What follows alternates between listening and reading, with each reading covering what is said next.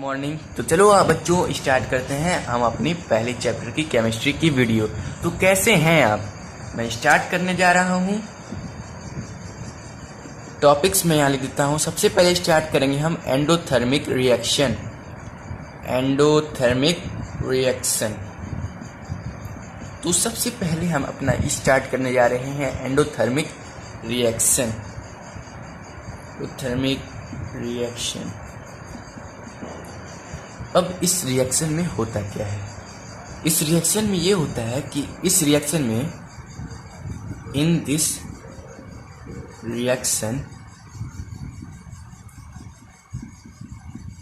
Lots of energy be absorb. अब इस reaction में एनर्जी एब्जॉर्ब होती है, मतलब ये रिएक्शन अपने अंदर एनर्जी को खींचता है, अपने अंदर एनर्जी को एब्जॉर्ब करता है, अपने अंदर एनर्जी को ऑब्जर्व करता है। इस रिएक्शन में यही होता है। तो अब चलते हैं हम अगले रिएक्शन की तरफ, जिसका नाम है एक्सोथर्मिक रिएक्शन। जी हाँ, एक्सोथर्मिक रिएक्शन। ज़्यादा दिमाग ना लगाओ, बता देता हूँ उसको भी। Exothermic reaction. अब इस रिएक्शन में क्या होता है? In this reaction lots of heat energy be produced.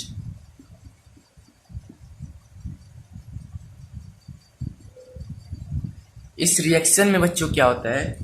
इस रिएक्शन में एनर्जी प्रोड्यूस होती है, उसमें एब्जॉर्ब हो रही थी, इसमें से इस रिएक्शन में से प्रोड्यूस होगी। इसका बेस्ट एग्जांपल एक मैं लेता हूँ रेस्पिरेशन का। रेस्पिरेशन इसका एक बेस्ट एग्जांपल है। नीचे मैं रेस्पिरेशन का फॉर्मूला भी लिखवाया था, या तो मैं रिएक्शन करके बता देता हूँ कि कैसे इस रिएक्शन से एनर्जी प्रोड्यूस हो रही है। तो आइए देख लेते हैं। C6H12O6 ये होता है हमारा ग्लूकोज। नीचे लिख लेते हैं। कई बच्चे सोचते हैं ये क्या है, मैं लिख लेता हूँ नीचे यहाँ पे ग्लूकोज।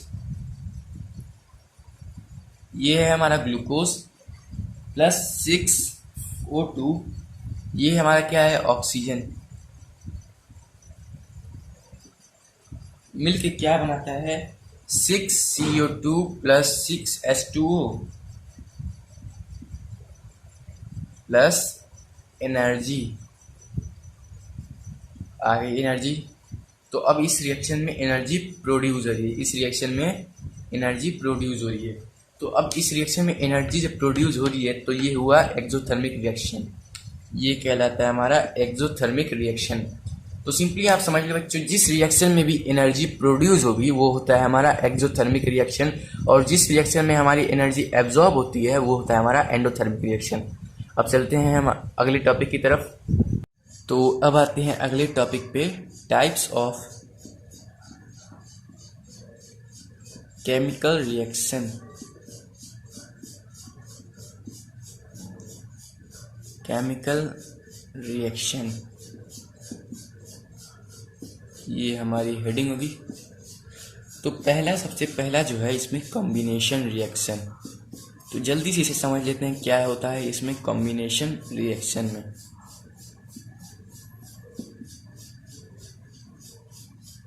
आप इसके नाम से ही समझ जाओगे, कॉम्बिनेशन रिएक्शन मतलब कि कंबाइन करना। कंबाइन ये एक ट्रिक है समझने की, सबको समझने की। तो समझने की मैं एक ट्रिक आपको बताते रहा हूँ। कॉम्बिनेशन मतलब कंबाइन। अब कंबाइन में क्या है आते हैं, जैसे मान लो हमने दो एलिमेंट ले लिया Mg प्लस O2, तो ये क्या बनाएगा? MgO।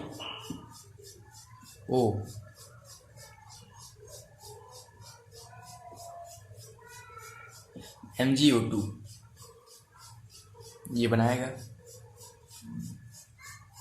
नहीं, चलिए दूसरा एग्जांपल लेके आपको समझाते हैं। ये एग्जांपल ज़्यादा बच्चे कंफ्यूज जाते हैं, तो सिंपल एग्जांपल लेते हैं सोडियम का Na+Cl2। Na+Cl2 क्या बनेगा, NaCl2, सिंपली ये बन गया।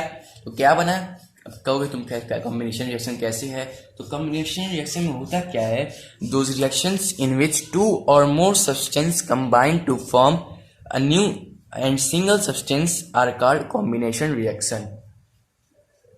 द रिएक्शन इन विच 2 और मोर substance combine to form a new and single substance is called combination reaction। अब देखो एक सब्सटेंस यहाँ पे, एक सब्सटेंस यहाँ पे, ये दोनों मिलके एक नए सब्सटेंस को बना रहे हैं, ये दोनों कंबाइन होके एक नए सब्सटेंस को बना रहे हैं, तो ये है हमारा कॉम्बिनेशन रिएक्शन। मतलब कि दोज रिएक्शंस इन विच 2 और more substance combine to form a single substance are called combination reaction. तो ये था बच्चों हमारा एग्जाम्पल कॉम्बिनेशन रिएक्शन का, और हमने अच्छे से समझ लिया इसको कि जब जो एक या दो सब्सटेंस मिलकर एक नया सब्सटेंस बनाते हैं तो वो हमारा होता है कॉम्बिनेशन रिएक्शन। तो यहाँ एक सब्सटेंस प्लस एक और सब्सटेंस दोनों मिलकर क्या बनाए, एक नया सब्सटेंस। तो ये हो गया हमारा कॉम्बिनेशन रिएक्शन। अब जल्दी से बढ़ते हैं अगले रिएक्शन की तरफ। अगला रिएक्शन क्या है हमारा, डीकम्पोजिशन रिएक्शन। अगला हमारा, तो अब हम आ जाते हैं डीकम्पोजिशन रिएक्शन पे।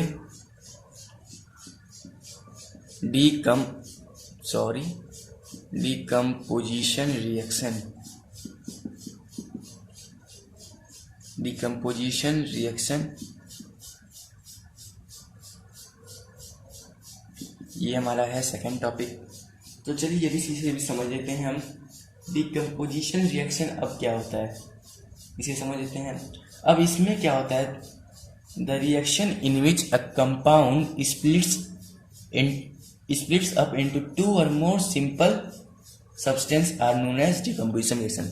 इसमें होता है कि एक सिंपल कंपाउंड जो होता है वो स्प्लिट हो जाता है, टूट जाता है, किसमें, सिंपलर सब्सटेंस में।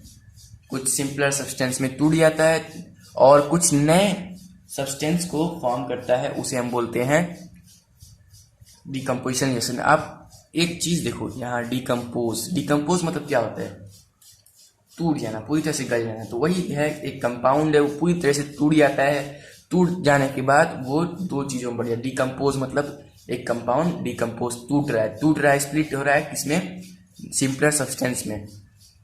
तो आइए जल्दी से इसे हम समझ लेते हैं एक एग्जाम्पल से।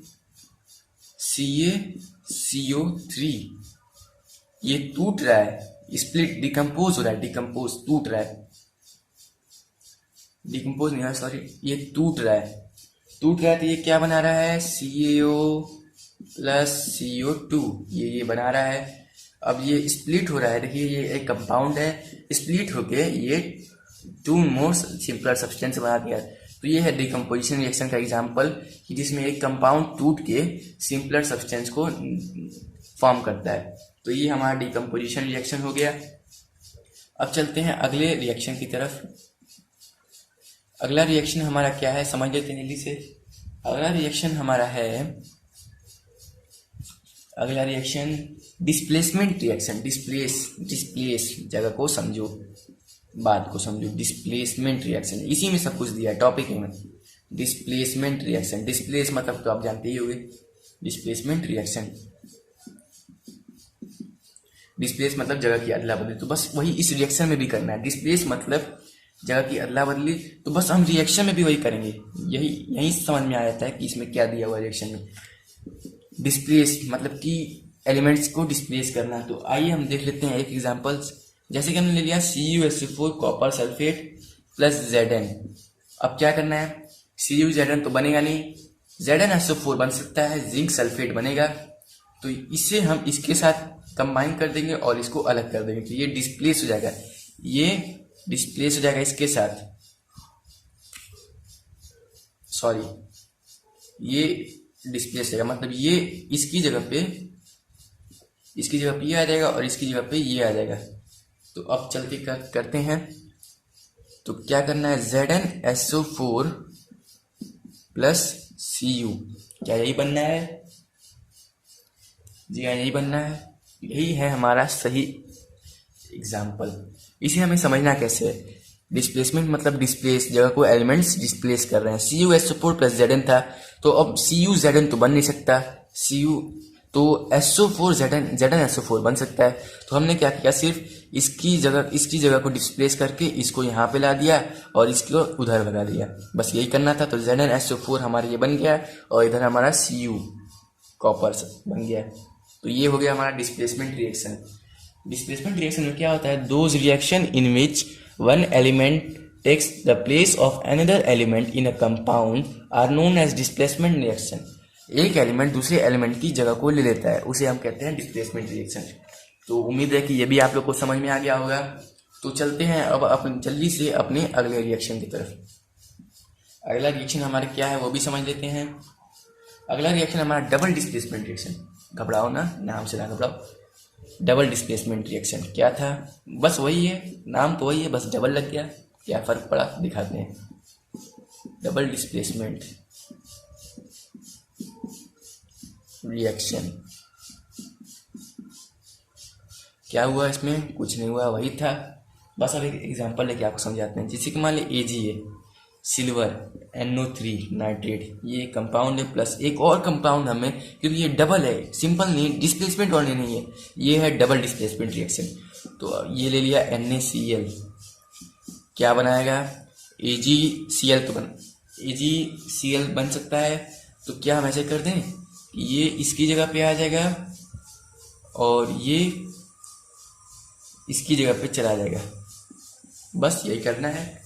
मतलब कि अब उसमें हम एक ही एलिमेंट को एक जगह पे कर रहे थे, इसमें हम एक इसके एलिमेंट को उठाएंगे और एक इसके एलिमेंट को उठाएंगे। तो क्या करना है, सिंपली AgCl प्लस NaNO3, इसकी जगह पे हमने इसको रख दिया और इसकी जगह पे हमने इसको रख दिया NaNO3। सॉरी, ये थोड़ा सा गलत, इसकी जगह पे हमने ये रख दिया और इसकी जगह पे हमने ये रख दिया। ये किया हमने कि AG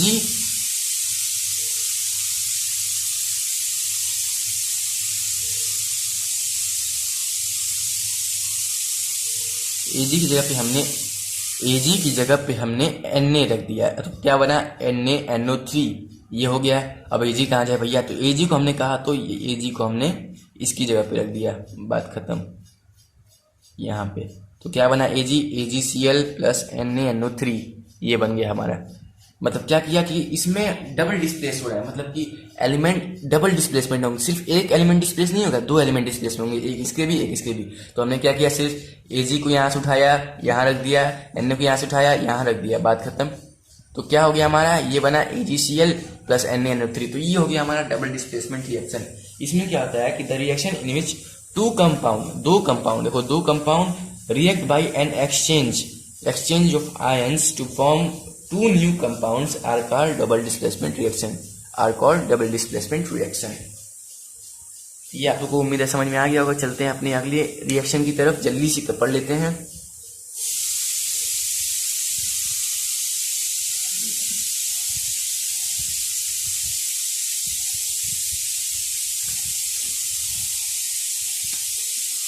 अब आते हैं हम अपने अगले रिएक्शन की तरफ, और अगला रिएक्शन हमारा है oxidation and reduction reactions. Oxidation, ये ध्यान से समझना बहुत इंपॉर्टेंट है बच्चों। Oxidation and reduction reaction,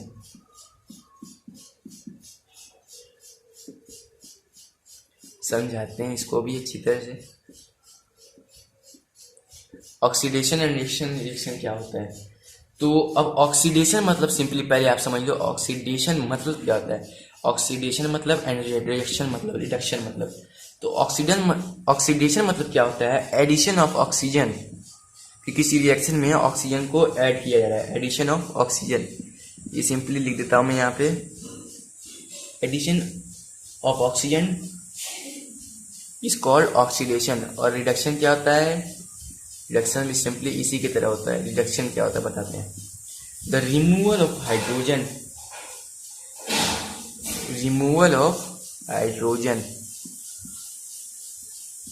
removal of hydrogen होता है हमारा रिडक्शन। तो अब समझते हैं ऑक्सीडेशन और रिडक्शन रिएक्शंस को। तो मैं एक ही एग्जांपल लेके आपको समझा देता हूँ। ये हम एक एग्जांपल ले रहे हैं CuO का प्लस H2 का।